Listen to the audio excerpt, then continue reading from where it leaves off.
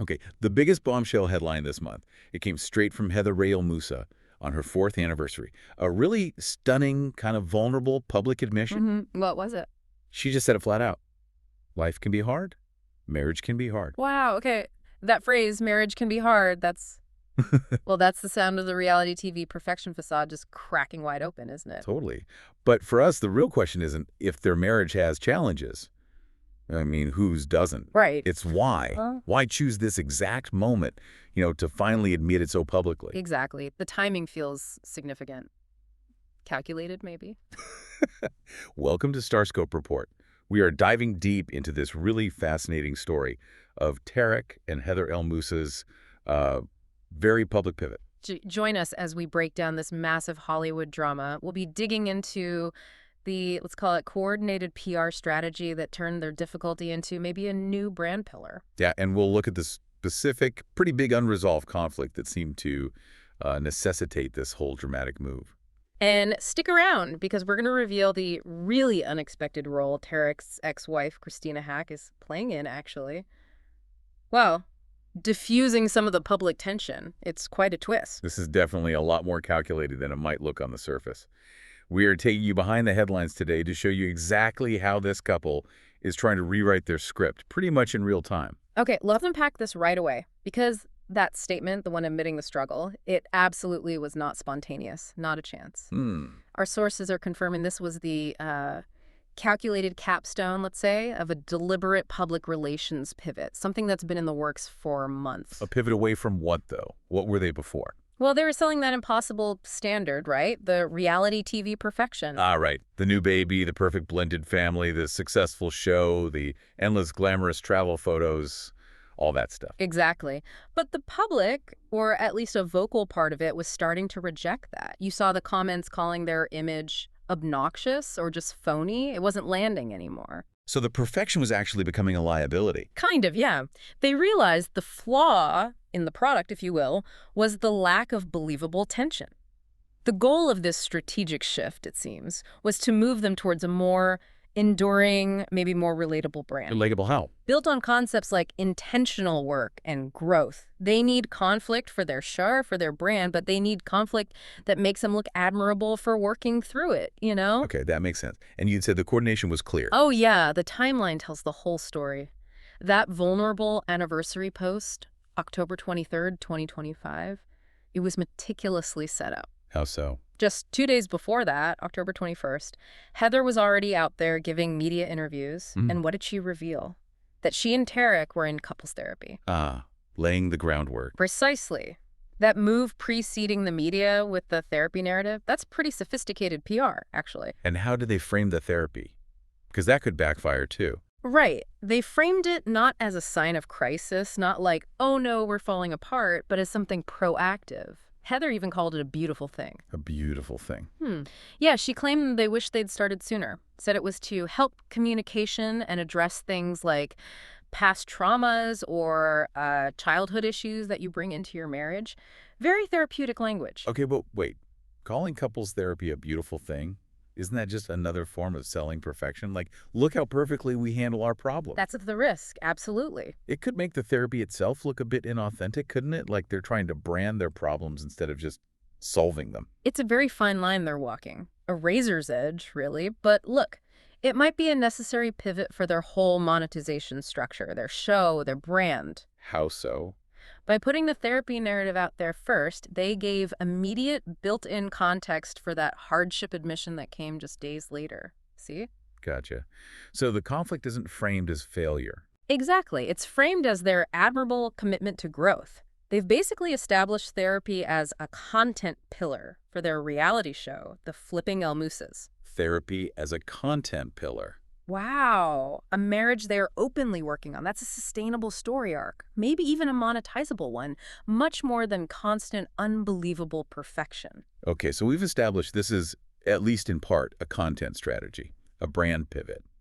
But content still needs, well, source material, right? Yeah. What was the actual real-world tension, the core issue that made this big public vulnerability necessary right now? Well, the answer seems pretty specific. Sources point to one fundamental unresolved challenge in their relationship. family expansion. Having more kids. Bingo. This seems to be the crux of the private pain that finally spilled over into the public brand. And it involves a pretty significant disagreement. Okay, how do we know this? Well, Heather's been quite transparent about her position, actually. She publicly confirmed she wants another child. Specifically said she wanted to give Tristan a younger sibling. And did she connect it to the difficulty? She did. She explicitly acknowledged this disagreement as a source of difficulty. Use that word again, hard. Okay, so that's her side. What about Tarek?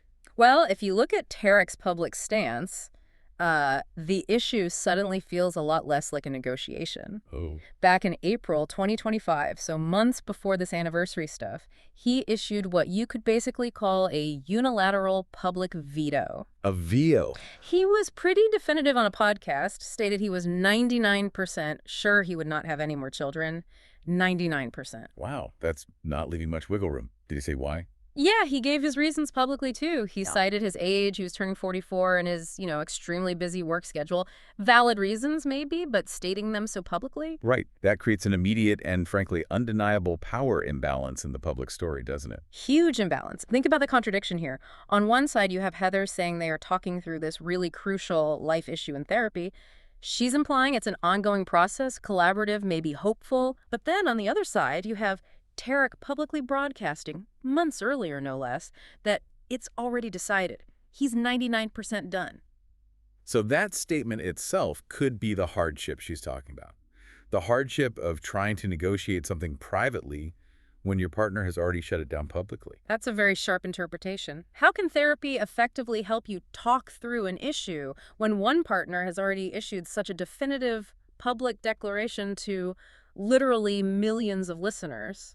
It makes the therapy seem almost pointless for that specific issue, doesn't it? It really puts Heather in an impossible position. She either has to publicly accept the veto, or she risks looking like the bad guy, the one who won't respect her partner's clearly stated boundary. So the marriage can be hard, post-like. Yeah. It might be read less as general marital struggles and more like a coded message. Possibly. A message about the immense hardship of having your private negotiations constantly undermined by your partner's public finality. It's tough. This disconnect. Wow! It gets even more fascinating when you actually look at how they handle the anniversary itself on social media. Oh, the Instagram posts, yes. They reveal what you could call a fundamental misalignment in their communication strategies. These dueling posts from October 2025, they tell a story. They really do. Let's start with Heather's post, because that's the one that carried the weight of the vulnerability, really. Yeah, right. Hers was reflective. It was focused on the present and the future. She tied it directly to the traditional 4th anniversary symbol, fruit and flowers. Okay, fruit and flowers. Yeah. How did she use that? She described it as a metaphor. Like, love has bloomed the flowers, but it yields fruit, which still requires ongoing care, maintenance, work. Ah, okay. So using the tradition to frame the effort involved. Exactly. And she used that metaphor to then introduce the challenges. Life can be hard. Marriage can be hard. She rooted the whole message in the present process, future growth. Used active words like growing, learning. It was all about the work they're doing now. Okay. Present and future focused. What about Tarek's post? Totally different angle. Purely retrospective. He completely sidestepped any theme of current work, growth, or maintenance. What did he post then? He shared a selfie video, one he apparently filmed of himself moments before he proposed to Heather back in 2020. Before the proposal, okay. So his core message was entirely foundational. Backward-looking, the caption was all about, you saved me, you changed me, stuff like that. So casting her as the savior figure again. Right. It reinforces that powerful narrative, sure, but maybe a limiting one. It positions her as the catalyst for his past change, rather than as a mutual partner in the current ongoing work that she was just talking about. That's a really stark contrast. We call it a divergent temporal focus. Heather's looking at present maintenance, future growth. Tarek, he's strategically reinforcing the origin story, the past foundation. Which is strategically problematic, isn't it? If he only celebrates the past version of their relationship, the one where she saved him. Then you start to wonder if he's fully engaged in the hard relational work happening now, the work she's putting out. Exactly. And his response to her post, the one where she got vulnerable about deep marital work. Oh, that only made the disconnect seem wider. His only public comment on her post was incredibly brief. Almost, well, dismissive. What did he say? Just, this was sweet, love you, with a heart emoji. Sweet. Calling her admission of struggle and commitment to therapy sweet. It feels like textbook minimization, doesn't it?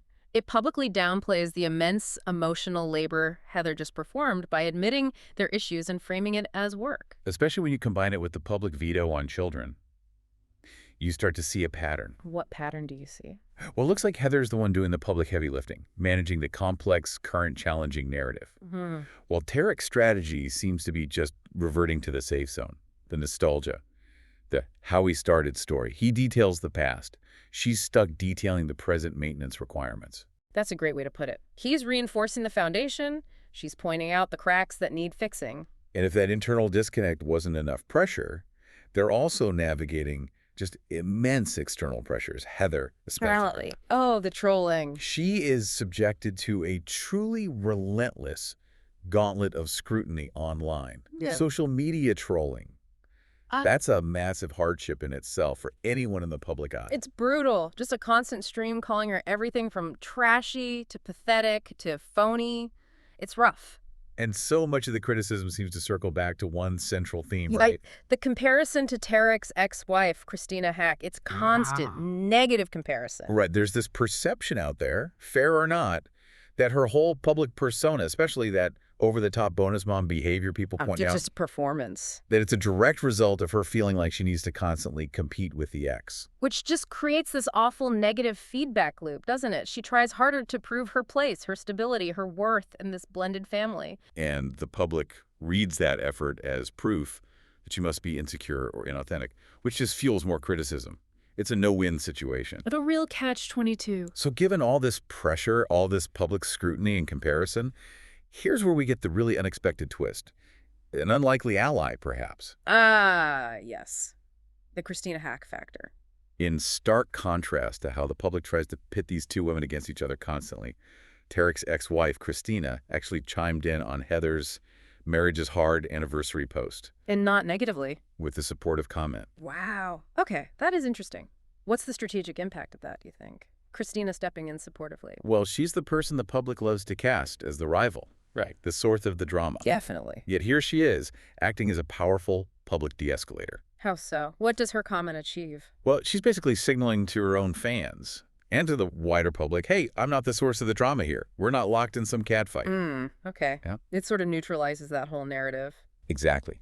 It effectively removes that external pressure point that the public and maybe some media outlets love to exploit, that whole women fighting over a man angle. And critically, Christina's validation, however brief, kind of helps frame the source of the hardship, doesn't it? Yeah, it subtly reinforces Heather's point.